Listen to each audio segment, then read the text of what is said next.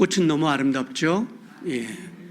어제 우리 과장님 한 분 시청에 아버님이 돌아가신 나이 보니까 아직 젊으신 분인데, 그래서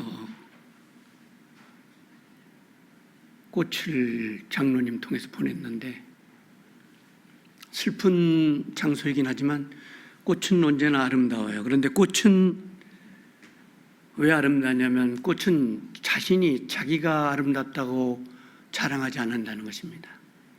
꽃이 나 아름다워 이런 소리 들어보셨어요? 무지개 참 기분이 좋죠. 무지개 보면 그 무지개도 자기를 자랑하지 않고 떴다 사라지는 거예요. 무지개는 나만 본 것 같은데 표정이. 예. 정말 또 아름다운 게 있다면 자신이 큰 일을 하고도 자랑하지 않는 것. 그런데 제가 오늘 아침에 자랑할 게 하나 있어요. 자랑할 게 있어요. 그게 뭐냐면 나 구원받고 영생 얻었어. 예수님을 자랑하는 거예요.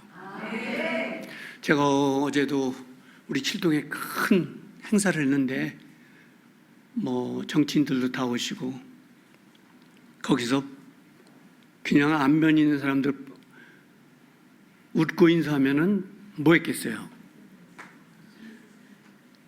예수 믿으세요? 전 불교 갑니다. 언제 가는데? 잘 기억이 안 나요. 그래. 최고의 자랑이 자랑을 할 수 있다면 내가 예수 믿고 영생을 얻은 거다. 슈바이처 박사는 90세 일기로 세상을 떠났고 아프리카의 선교의 영웅이라고 할 수 있는데 1952년에 노벨상을 받은 사람이죠. 그의 저서 가장 아름다운 자랑이라는 책에서 자기가 만난 하나님이 가장 귀하신 분이다 이렇게 자랑을 했어요.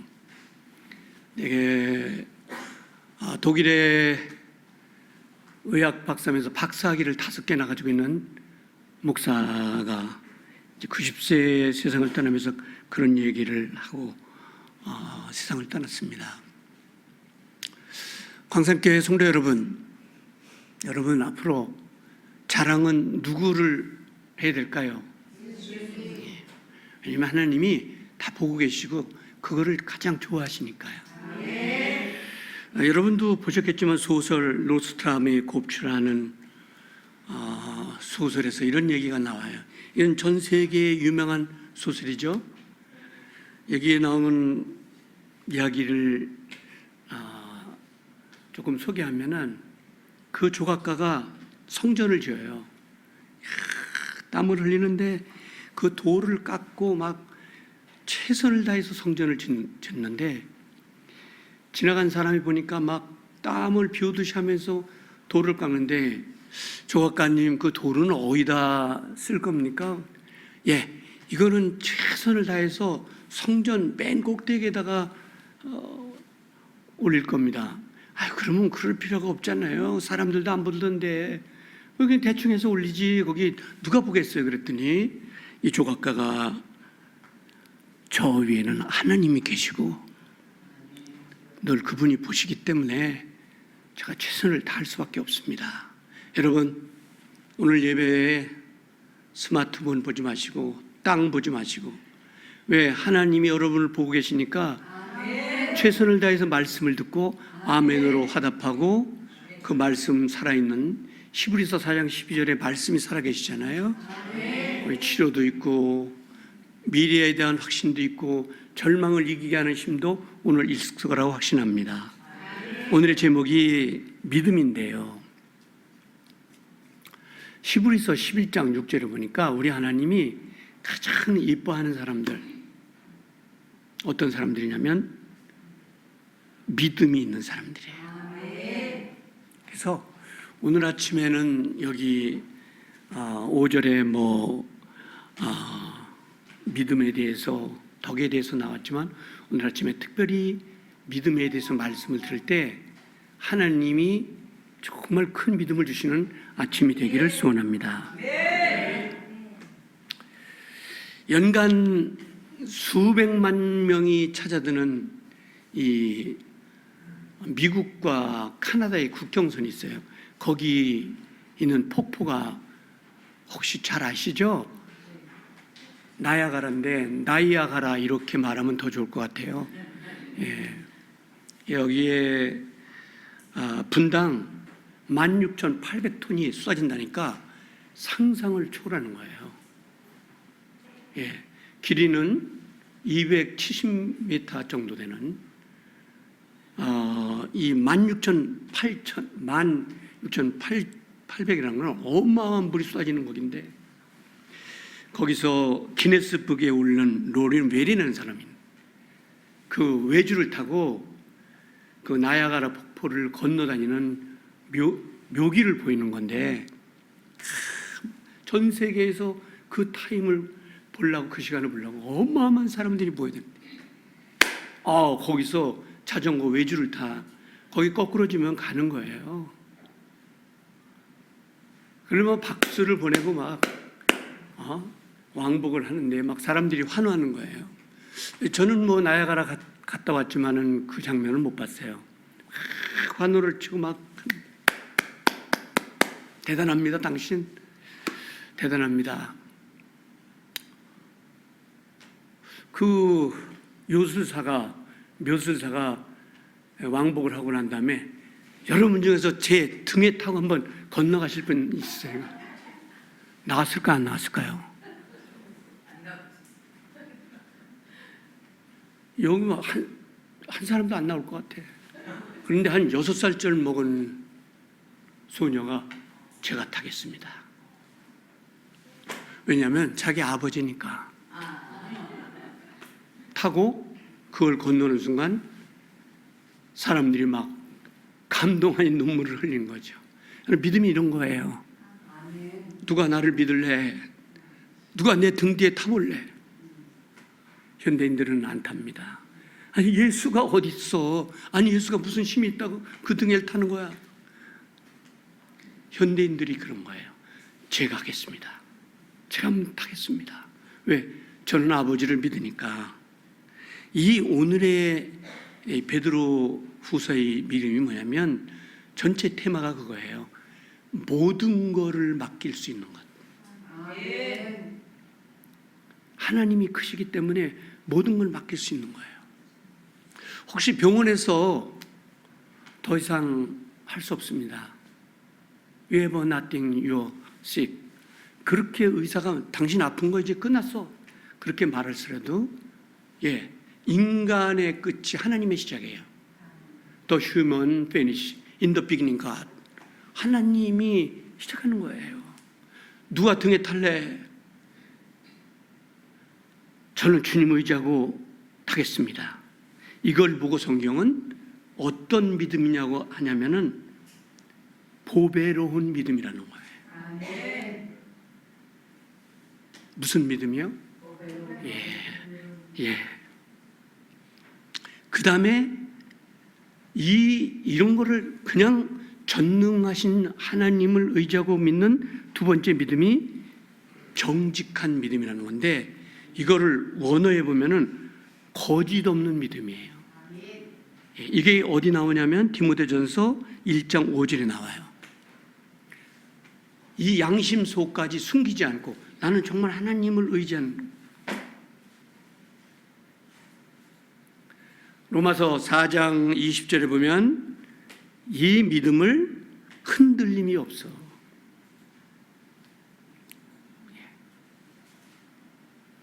라인홀드의 얘기처럼 현대인들은 갈대라고 했습니다. 갈대의 특징이 뭐죠? 정함이 없는 거예요. 이 라인홀드의 얘기를 들어보면 현대인들은 굳세게 가는 것이 없다는 거예요. 흔들리는 거죠. 예수님도 한번 그런 말씀을 하셨지만 그걸 흔들리지 않는 믿음을 오늘 이 성경이 우리에게 얘기를 해요. 그 다음에 여러분 유다서 1장 20절을 보면 이게 거룩한 믿음이라고 그래요. 거룩한 믿음이라는 건 뭐 술, 담배 안 먹고 무슨 사교장에 안 가고 그런 걸 사람들은 거룩한 것으로 생각하는데, 하나님 만난 사람들은 그런데 가라도 안 가지만 이 거룩한 믿음이라는 유다서 1장 20절 말씀은 뭐냐면, 우리를 구원한 예수님 외에는 안 따라가겠다는 뜻이에요. 그런 거를 다니엘의 믿음이라고 하죠. 혹시 제가 사자굴 속에 들어가고 풀무 가운데서 내가 죽더라도 저는 전능하신 하나님을 믿겠습니다. 이런 거예요. 예. 그런 믿음이에요.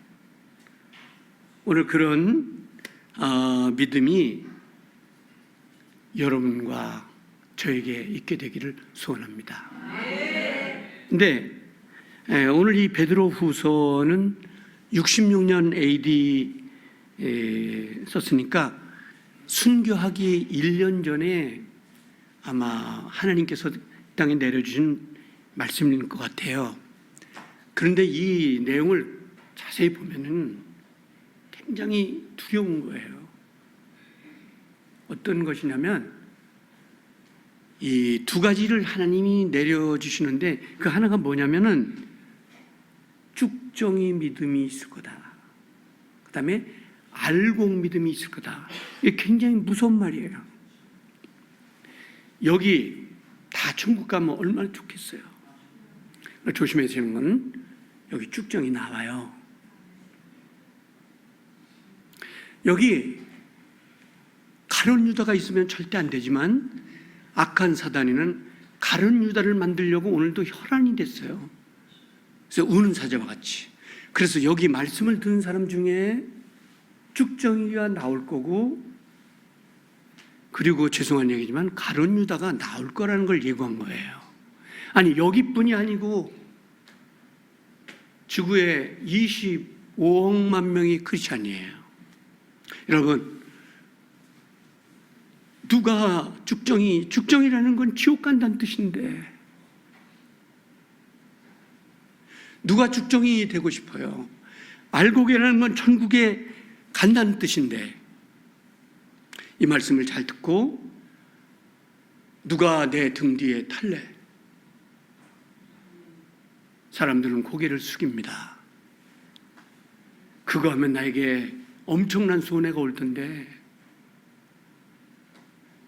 그거 하면 내가 힘들어질 텐데, 이런 게 아니고 하나님이 기뻐하시면 한다. 현대인들에게 오늘 질문하는 거예요. 그래서 몇 가지만, 소중한 말씀 몇 가지만 나눠드릴게요. 그 하나가 뭐냐면 믿음이라는 헬라어 말로 피스토라는 거예요. 그러니까 아까 제가 나야가라 얘기했잖아요. 그냥 맡긴다는 거예요. 맡긴다. 이 맡긴다는 원어가 가갈이라는 원어를 가지고 있는데, 특별히 그 언어가 뭐냐면 던진다는 뜻이에요. 그러니까 나의 모든 거를 예수님께 던지는 거예요. 사단은 오늘도 우는 사자와 같이 다니면서 그렇게 못하도록 하죠. 하나님 의지하지 못하도록 하는 거예요. 근데 이 가랄이라는 언어가 맡긴다. 굉장히, 근데 이게 의학적인 용어래요. 여러분, 중병 환자가 더 할 수 없는 상황에서 선택을 해야 되겠죠. 예, 대부분 환자들은 의사 선생님 살려주세요. 그 가족들이 막 의사를 붙잡고 늘어집니다. 저도 많이 봤어요. 전 연합신학대학원 다녔거든요. 연대 바로 붙어 있어요. 그럼 선생님이 너희들 공부 끝난 다음에 암센터 가서 전달하고, 김병수 박사님이 교회 집사님이셨는데 애들 보고 가서 전달하고, 그때 전 많이 봤어요. 그리고 눈물도 많이 흘렸고, 거기 왜냐하면 애들 암센터 병원이거든요. 백혈에 걸린 조그만 애들이 엄마 아버지 손을 잡고 와서 막 선생님 바지가를 붙잡고 살려달라는 얘기를 많이 들었거든. 여러분, 그런 모습, 그걸 주님께 그렇게 매달려야 되는 거예요. 그 뜻을 오늘 언어에서 가랄이라고 표현했어요. 그걸 시편 기자는 그에져서 37장 5절에 6절 너의 길을 주께 맡겨라. 이거예요. 여러분, 교인들은 참 많고 크리스찬들은 세상에 많아요. 그러나 오늘 이 가랄 맡기는 사람이 얼마나 많을까요? 그 사람들을 하나님이 붙잡아주고 세상에서 성공시켜 주시는 거예요. 오늘 아침에 우리 교회가 쭉정이 없고 알곡 성도 되기를 축복합니다. 그 다음에 하나님은 한 번 더 사람들에게 이렇게 말씀하세요. 잠언서 16장 3절 이렇게 맡겨요. 너의 행사를 맡기라. 그리고 그 밑에 다시 하나님이 말씀하시니까 Your life management 살렌다. 하나님께 네 인생의 경영을 맡기라는 거예요. 오늘 아침에 말씀을 듣고 말씀을 전하는 우리가 얼마만큼 나의 인생의 경영, 나의 인생을 주님께 맡길 수 있을까? 그리고 시브리 원어에는 이 말을 이렇게 해요. 잠언서 이 말씀을 이렇게 해석해요. 맡기다. 아무 의심 없이 맡기다.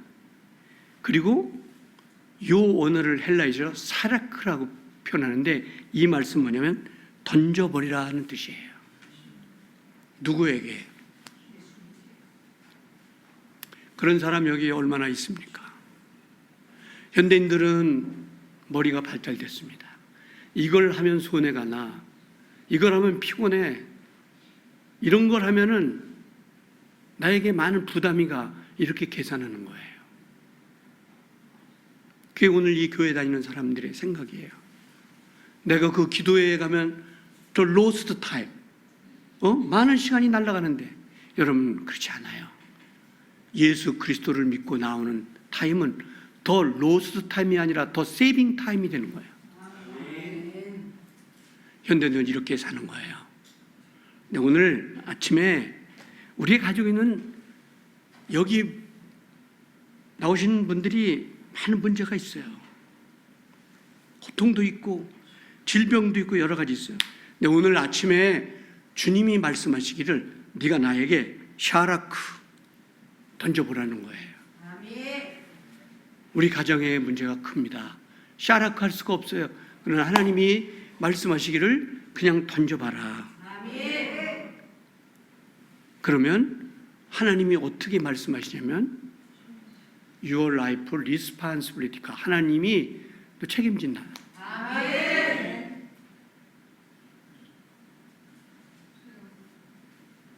이런 설교를 날마다 할 수 없지만 우리는 오늘 알곡으로 가자. 그 말씀 드리고 싶어요.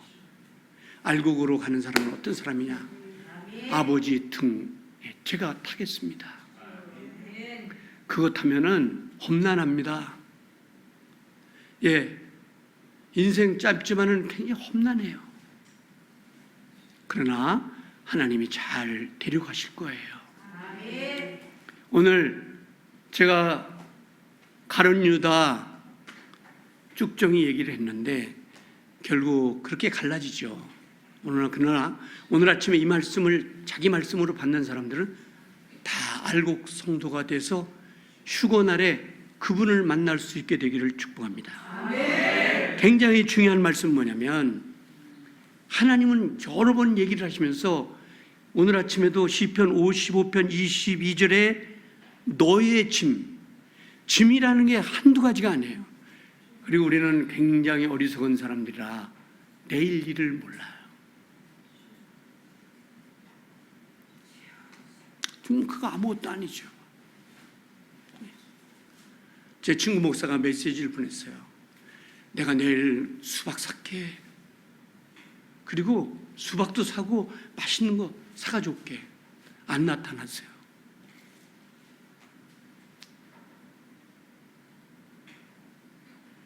엄청난 병으로 하루 사이에. 인생이 아무것도 아니죠. 목숨을 가진 모든 사람들은 이런 위기와 어려움이 있어요.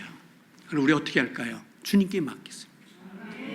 예, 의사보다 주님께 맡기고 또 건강해지셔서 하나님께 영광을 돌리는 거예요. 두 번째 믿음이라는 건 헬라어로 아까 피스티스라고 얘기를 했는데 이게 뭐냐면 굉장히 중요한 거예요. 그냥 믿음이 생기는 게 아니라 충성이란 뜻이에요. 성경은 굉장히 많은 사람들을 이야기하지만 역대하 34장 1절부터 12절의 말씀 보면은 이 충성된 사람들 나와요. 이 충성된 사람들이 어떤 사람이냐면 믿음 있는 사람이에요. 그래서 성경은 모세 많이 얘기하시잖아요. 그 다음에 두 번째 다니엘이에요. 이 사람들 어떤 사람들이길래, 물론 천국 간 사람들이죠. 근데 이 사람들 본받으라고 주님이 가르쳐 주시는데 참 놀라워요. 모세 힘없는 80세가 넘은 할아버지예요. 그런데 하나님을 의지하게 되니까 엄청난 사람이 돼요. 그래서 1446년에 430년 동안 노예 생활하던 이스라엘의 250마리 이끌잖아요. 믿음 있으면 이렇게 되는 거예요. 그런데 처음에는 믿음이 없었어요. 하나님의 음성을 듣고 순종하게 된 거죠. 여러분, 하나님의 말씀을 듣고 어떤 자세를 가지면 나 꼭 순종해야 되겠다. 맡기는 삶을 살아야 되겠다. 586년에 바벨론 포로로 가서 최장수 기간 동안 노예로 살았던 다니엘. 왜 하나님은 그토록 긴 기간 동안 바벨론에서 고생하게 하셨을까? 왜 그런지 아세요? 불신 세계에 이 다니엘을 통해서 하나님은 살아계시다는 걸 보여주신 거예요.